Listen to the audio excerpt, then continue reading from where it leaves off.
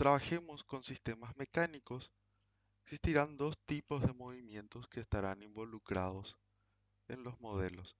Primero es el de traslación. Tiene como variables la aceleración, la velocidad, el desplazamiento y la fuerza. Cualquiera de estas variables puede ser de entrada, salida o variable manipulada. La ecuación que rige estos sistemas es la segunda ley de Newton, sumatoria de fuerzas igual a masa por aceleración.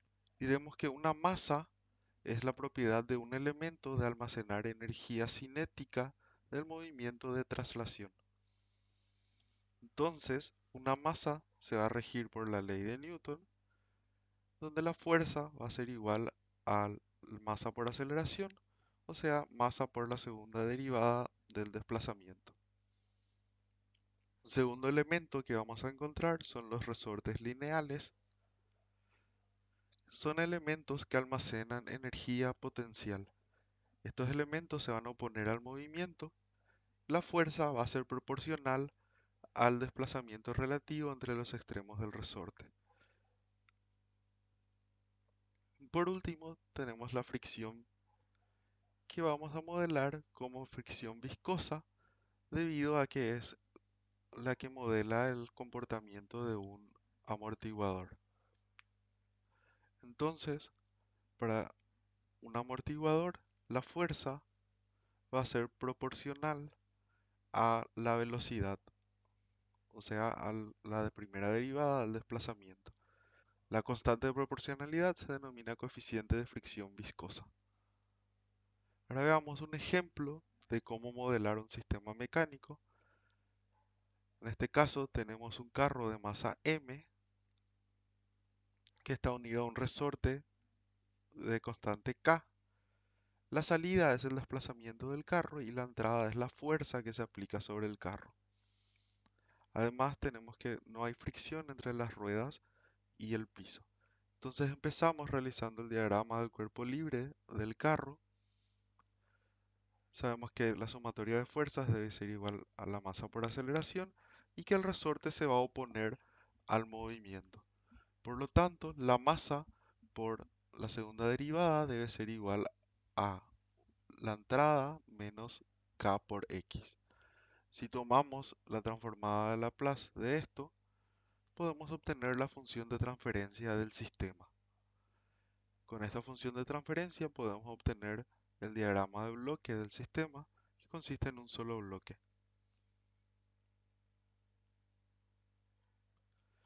Veamos un segundo ejemplo en el que tenemos un carro sin masa sobre el cual está un carro con masa m unido a un resorte y a un amortiguador.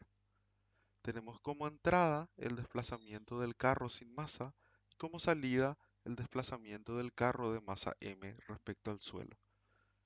Asumimos que para un tiempo menor a cero el sistema está en reposo con velocidad y aceleración nulas. Entonces, si tomamos el diagrama del cuerpo libre del carro con masa m, vemos que hay dos fuerzas aplicadas sobre él, que son la del resorte y la del amortiguador, ambas oponiéndose al desplazamiento y. Además, vemos que en el caso del resorte hay un desplazamiento de ambos extremos, por lo que la fuerza va a ser proporcional a la diferencia de estos desplazamientos. Y en el caso del amortiguador, también hay desplazamiento de ambos extremos, por lo tanto, la fuerza va a ser proporcional a la diferencia entre las velocidades de esos desplazamientos.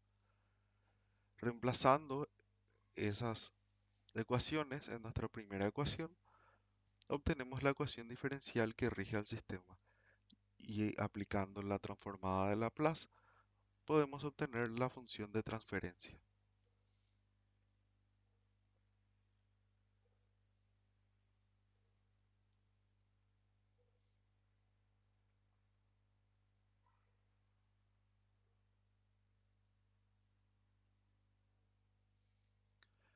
Segundo movimiento es el de rotación, que tiene como variables el ángulo, la velocidad angular y la aceleración angular, además del par de torsión.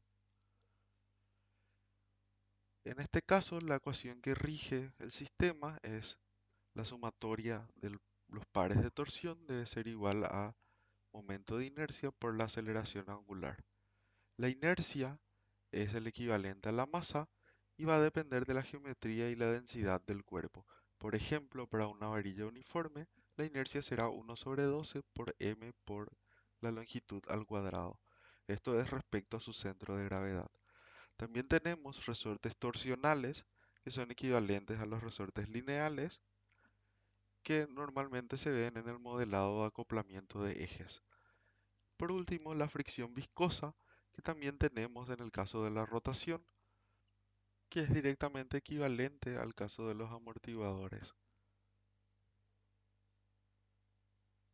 Ahora veremos un ejemplo que involucra tanto rotación como traslación. Es un problema clásico de control, se trata del péndulo invertido, en el que tenemos un carro de masa m que tiene una articulación a la que está sujeta una barra de masa m minúscula. La entrada del sistema es una fuerza sobre el carro de masa m y la salida es el ángulo que forma la barra con la línea vertical. El objetivo de un péndulo invertido es que la barra se mantenga en posición vertical, lo cual quiere decir que buscamos que el ángulo θ sea igual a cero.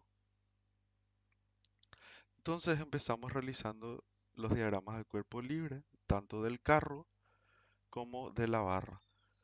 Vemos que en el carro aparecen las fuerzas que ejerce la barra sobre él y en la barra aparece su masa que actúa en el centro de gravedad y las fuerzas de reacción del carro sobre la barra.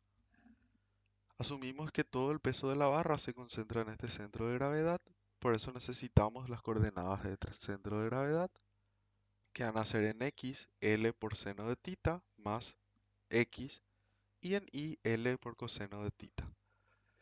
Para ecuacionar el movimiento de la barra debemos descomponer este movimiento en una traslación y una rotación alrededor del centro de gravedad. Entonces, la rotación viene dada por la ecuación momento de inercia por aceleración angular es igual a la sumatoria de los momentos de las fuerzas respecto al centro de gravedad. Para la traslación tenemos que en el eje Y será masa por la aceleración en Y igual a la sumatoria de fuerzas en Y. Y lo mismo en X, la masa por la aceleración en X debe ser igual a la sumatoria de fuerzas en la dirección X. Entonces para Y obtenemos el siguiente resultado y para X el siguiente resultado.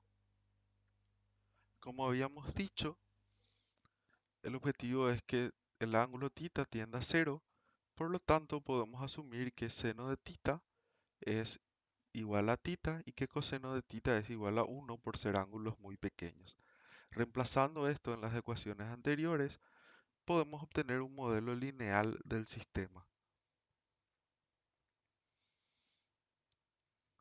Entonces, reemplazando la segunda ecuación en la tercera ecuación, obtenemos una ecuación que nos relaciona la aceleración del carro con la aceleración angular. Además, podemos ver que esa fuerza vertical en la articulación es igual a masa por gravedad y de las ecuaciones 2 y 4 podemos obtener la siguiente ecuación. Entonces, estas dos últimas ecuaciones son las que nos proveen el comportamiento del sistema.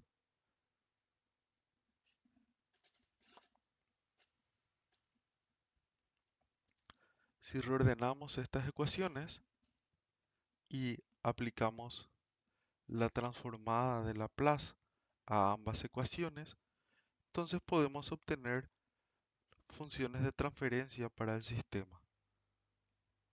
En primer lugar, tenemos una función de transferencia que nos relaciona el desplazamiento del carro con la fuerza de entrada y el ángulo de la barra. Y en segundo lugar, tenemos una función de transferencia que nos va a relacionar el ángulo de la barra con el desplazamiento del carro. Entonces, a partir de estas dos ecuaciones, podemos obtener el diagrama de bloque del sistema. Tomando la primera ecuación, tenemos que el diagrama de bloque para obtener x de s es este, y x de s actúa como entrada para nuestra segunda función de transferencia, cuya salida será el ángulo θ. Finalmente obtenemos el diagrama de bloque. Entonces, cuando trabajamos para el modelado de sistemas mecánicos, seguimos el siguiente procedimiento. Empezamos identificando las entradas y salidas, luego realizamos el diagrama de cuerpo libre del sistema y finalmente ecuacionamos según este diagrama de cuerpo libre. Una vez obtenidas las ecuaciones diferenciales que rigen el sistema, es posible obtener funciones de transferencia y diagramas de bloque que nos permitan describir el sistema.